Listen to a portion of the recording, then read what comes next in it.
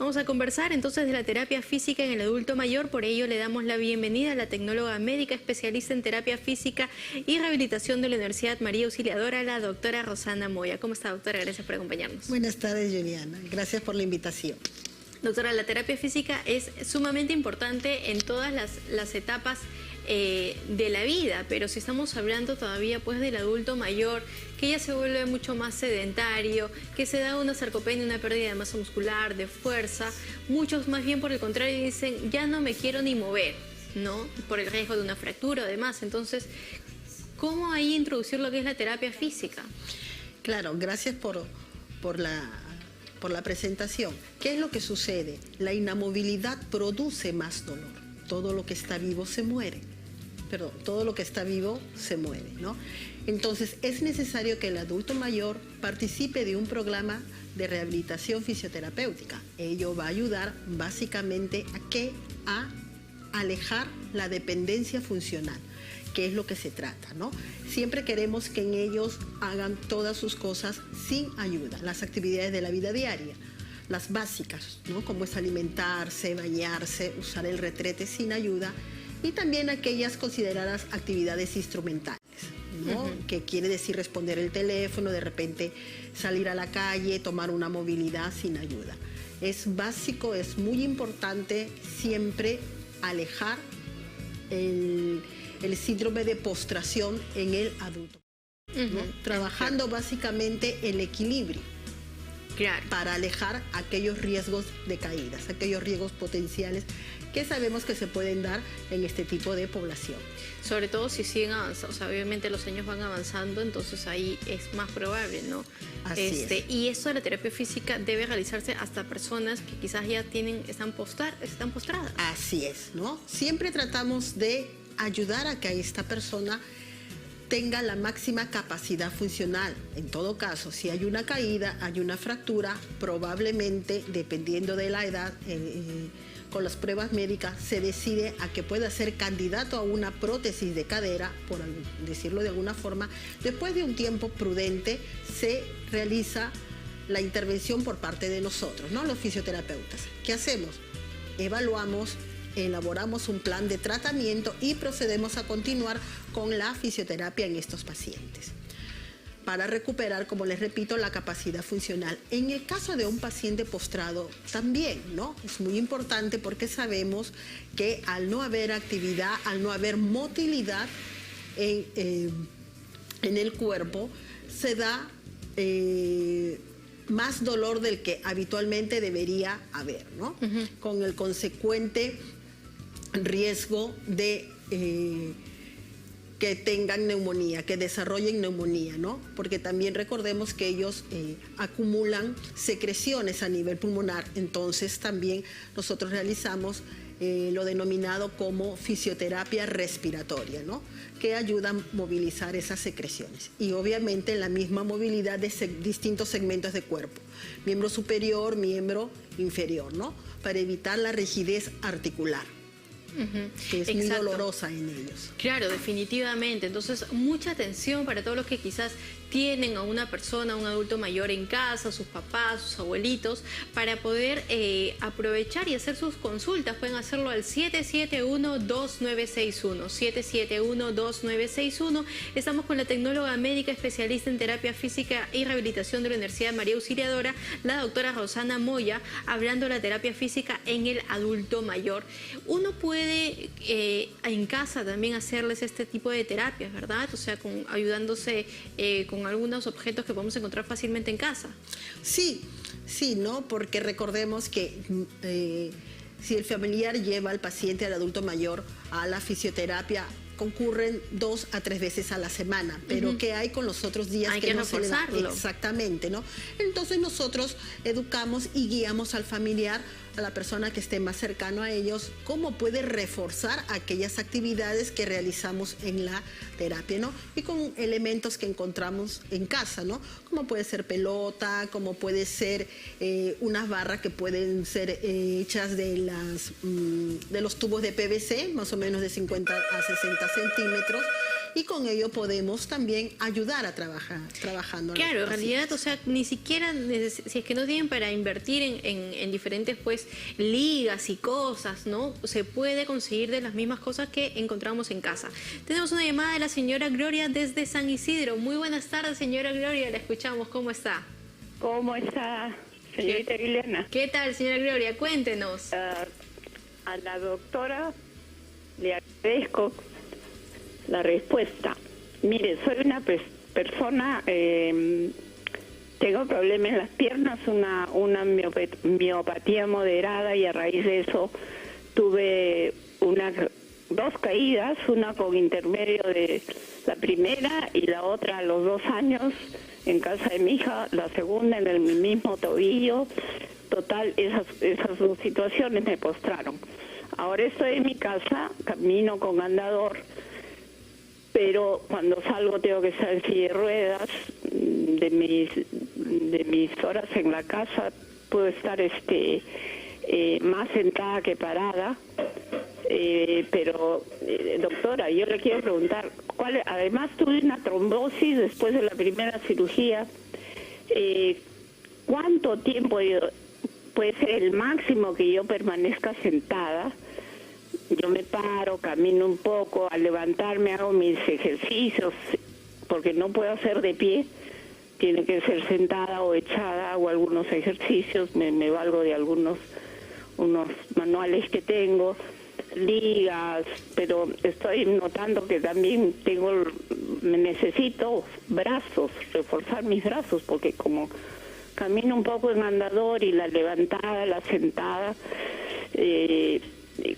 a mí mi preocupación es cuál es el máximo en tiempo que puedo permanecer sentada. Me gusta mucho las agujas y los hilos, me gusta coser o bordar o tejer y me olvido del mundo. Pero se me pueden pasar 2, 3, 4 horas en eso. ¿Cuánto tiempo, doctora, sería mi máximo? Tengo casi 80. Perfecto, señora Gloria, muchas gracias por su consulta. Y es cierto, ¿no? A veces también las personas, digamos, se olvidan del tiempo, se les pasa y están como la señora Gloria, que les gusta pues tejer, o algunos caballeros quizás que se ponen a leer, ¿no? Y ya se olvidan y se quedan mucho tiempo. O sea, ¿cada cuánto es que deberían hacer tipo esas pausas activas, estirarse o hacer algún tipo de ejercicio? Bien, gracias señora Gloria por su consulta. Paso a explicarle. Lo ideal sería no pasar más de 60 minutos en una misma posición. Si bien es cierto, asumo que usted se sienta en la mesa, en la silla del comedor, ¿no? Cerca a la mesa, de repente para realizar sus actividades.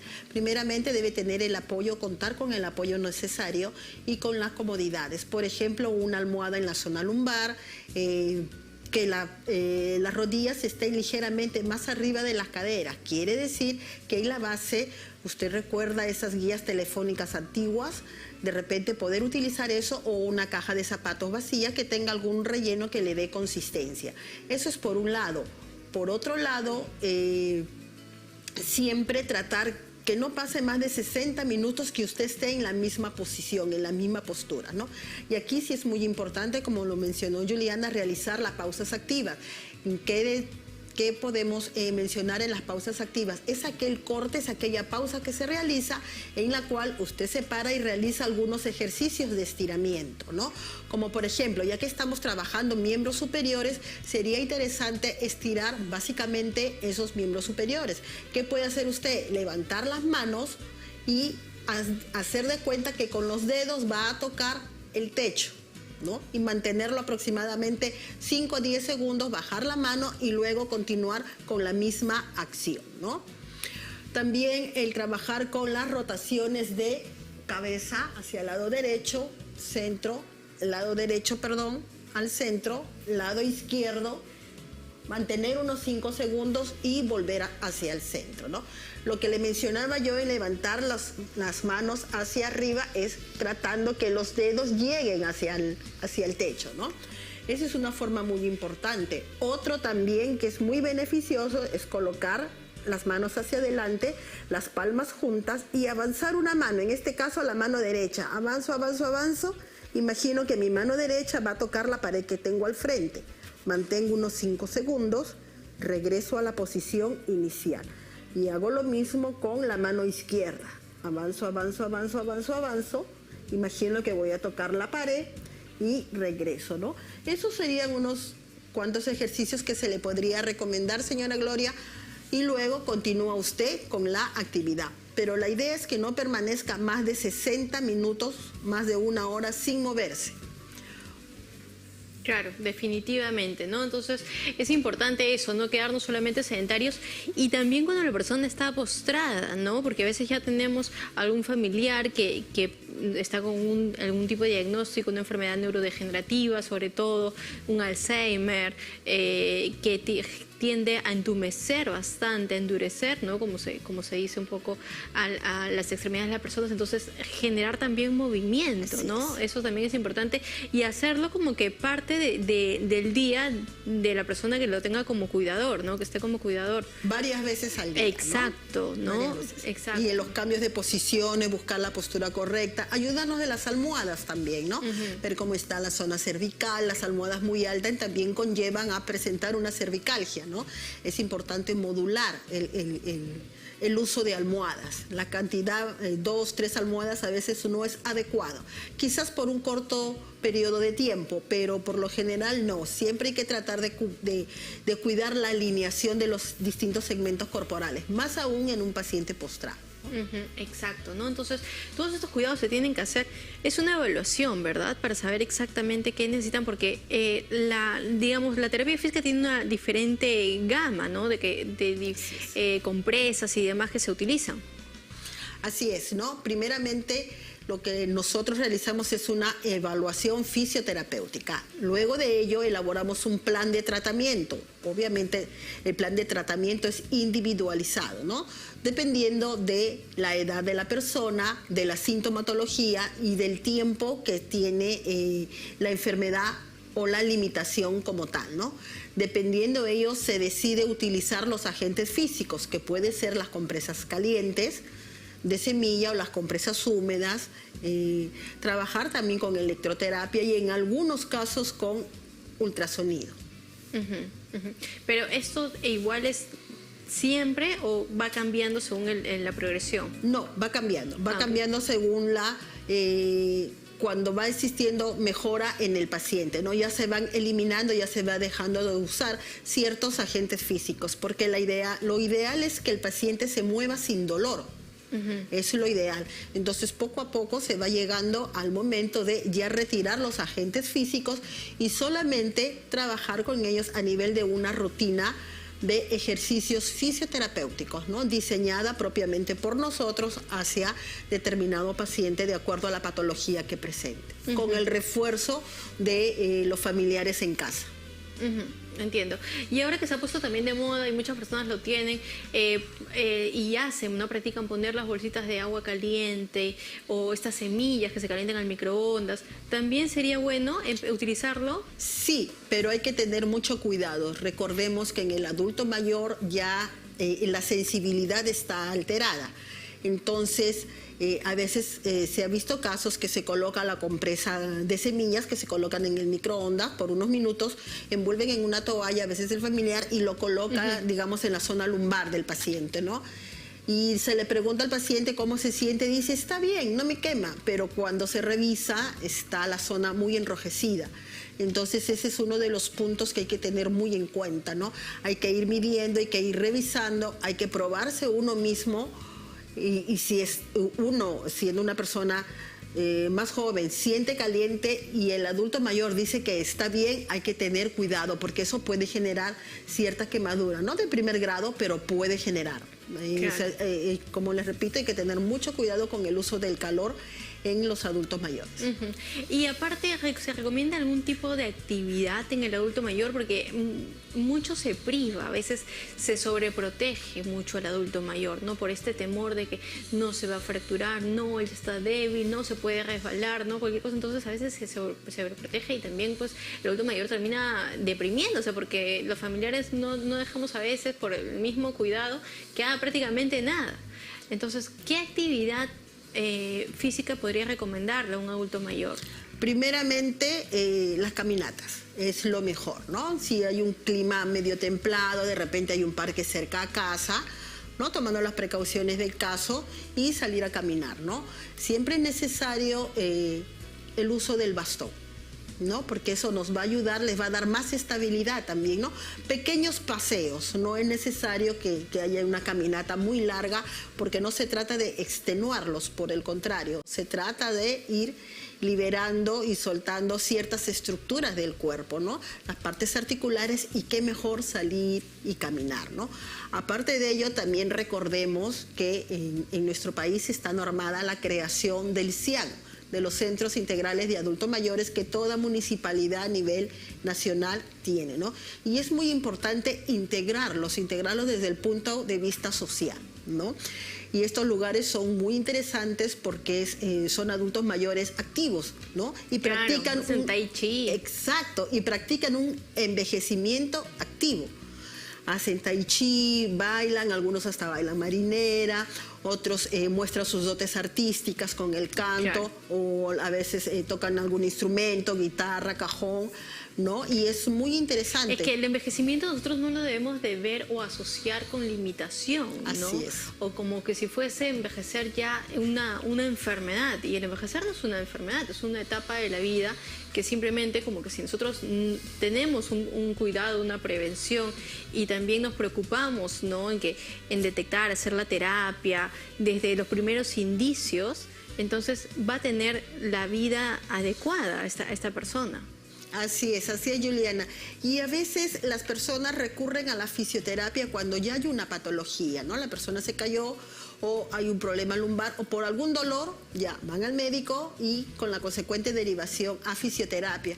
Pero pensemos también que hay signos, hay síntomas que ya me está determinando que yo ya debo llevar a mi papá, a mi abuelo, a mi familiar a fisioterapia, ¿no? ¿Por qué? Desde el punto de vista, yo ya estoy viendo que hay alteración en el equilibrio.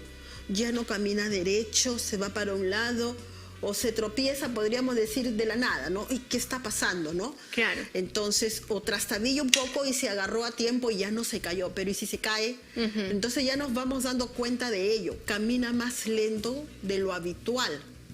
Entonces ya es momento de pensar en ir a la fisioterapia antes de no esperar, se cayó y lo llevo después a un tratamiento fisioterapéutico. No, hay signos que ya nos van avisando. Se cansa también, se cansa al caminar, hay mucho sueño. Entonces eso es importante también, el trabajo multidisciplinario, ¿no? Con los psicólogos, nutricionistas también, claro, ¿no? Es importante, porque si yo tengo un paciente que hago fisioterapia, pero se cansa, se duerme, algo está pasando, ¿no? Claro. Entonces, son los colegas de nutrición. Claro, es un equipo multidisciplinario. Así definitivamente, ¿no? Geriatra, terapista físico, nutricionista, psicólogo, todo, porque realmente debe ser así. Yo lo veo muy semejante como cuando hay un niño, ¿no? Que el trabajo es igual así, ¿no? En varios tipos de patologías se trata de esta manera. Y bueno, la importancia de prevenir, eso sobre todo es algo que nosotros podemos prevenir, y la vejez es la etapa más larga. Entonces tratemos de cuidarnos para poder disfrutar de esta etapa también como se debe, ¿no? Definitivamente. Y para darle calidad de vida a nuestros adultos mayores, ¿no? Claro que Entonces, para cerrar la idea, es muy, muy importante mantener al adulto mayor activo, ¿no? De cognición y movimiento. Y vuelvo a repetir, ¿no? La movilidad es básico en ellos. No dejar el adulto mayor, a veces escuchamos que, ¿por qué no te paras? ¿Por qué no vamos a la mesa? No, me duele mi rodilla. Ok, entonces si no se mueve va a doler más al transcurso de los días. Claro, ¿no? claro que sí. Siempre hay que incentivar eso, ¿no? Y como le repito, nosotros estamos preparados para evaluar y diseñar planes, protocolos de tratamiento y hacer la intervención, ¿no? Así es. Entonces es ahí donde nosotros enseñamos, elaboramos todos estos planes de tratamiento, y los invito a acercarse a la Universidad María Auxiliadora, que ya tenemos la carrera de terapia física y rehabilitación. Pueden entrar a la página de la universidad, pueden ya inscribirse y hacer todas las averiguaciones pertinentes. Muchísimas gracias, doctora, por haber estado con nosotros.